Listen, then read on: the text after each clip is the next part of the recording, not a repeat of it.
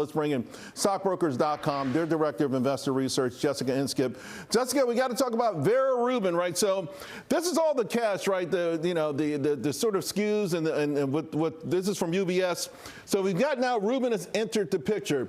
All of the green is Nvidia, the rest of their rivals, AMD, Broadcom, and Marvel. And it's amazing to me, just looking at a chart like this, that anyone would bet against Nvidia. But your thoughts, now that the Vera Rubin is going full force, the impact that'll have for not just for Nvidia, but the sector itself.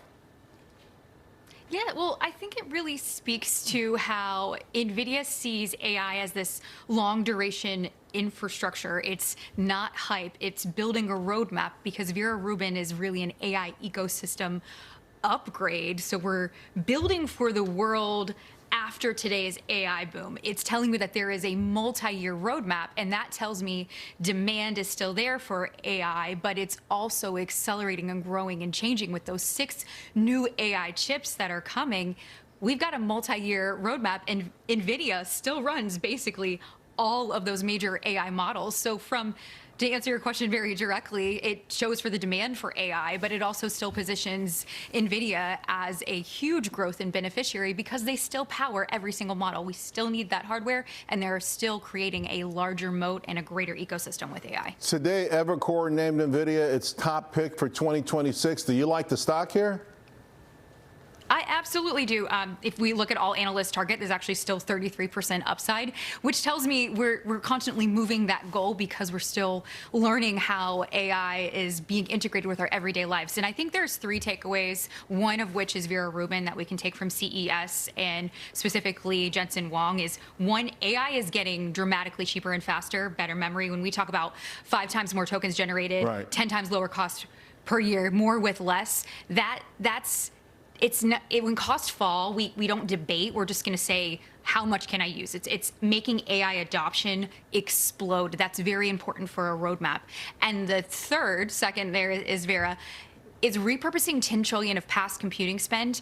It's not entirely new money, and that was a key little takeaway that we had to pay attention to, because of course the big headwind that we've been talking about last year is large capex spend in models, but we're already spending on compute, so we're redirecting old IT and R&D budgets towards this AI spending. Before I move to your stock of the year, I do want to ask a ChatGPT moment for physical AI.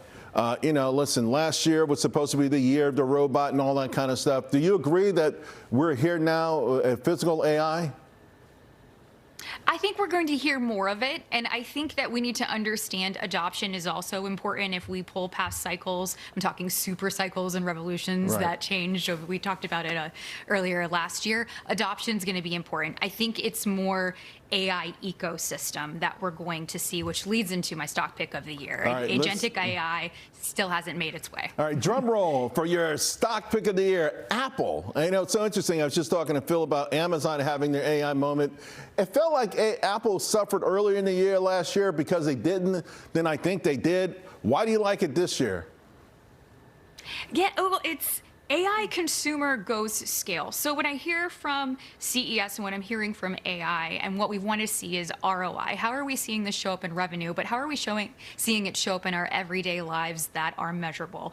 And Apple was brought to my attention really from the same factor where I brought ChatGPT to you a couple years ago. We didn't know what it was and how it would be integrated with our everyday lives, and then it was spread drastically.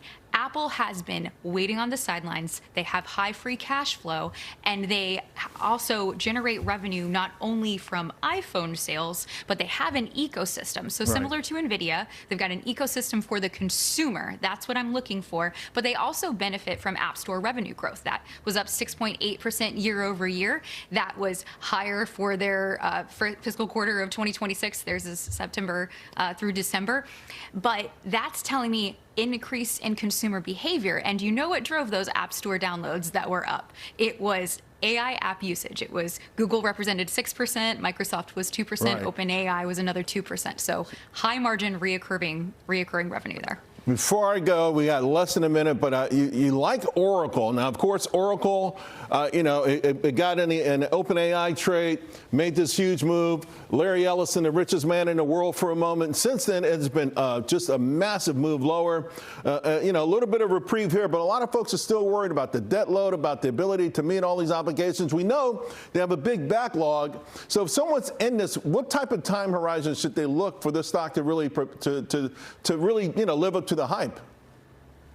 It's certainly a longer term one. We have a fiscal environment that's conducive for it to grow. That's important. Once we get any type of confirmation on those debt cycles, that will certainly help the stock. But we have to remember the exposure that it has. Not only does it have exposure to AI, its infrastructure, it's also this theme of tokenization and digitization, which we're seeing a lot happen there with stable coins, and banking infrastructure is going to be a huge theme for 2026, something I'm very bullish on. And additionally, let's not underpin the TikTok deal. E-commerce within TikTok is incredible if we can pull those numbers. And in public markets, we couldn't have exposure to it, and now we can with Oracle. Yeah, and this is, again, to your point, that TikTok news is what picked it up here a little bit. Jessica, you've been killing it. Thanks a lot. Happy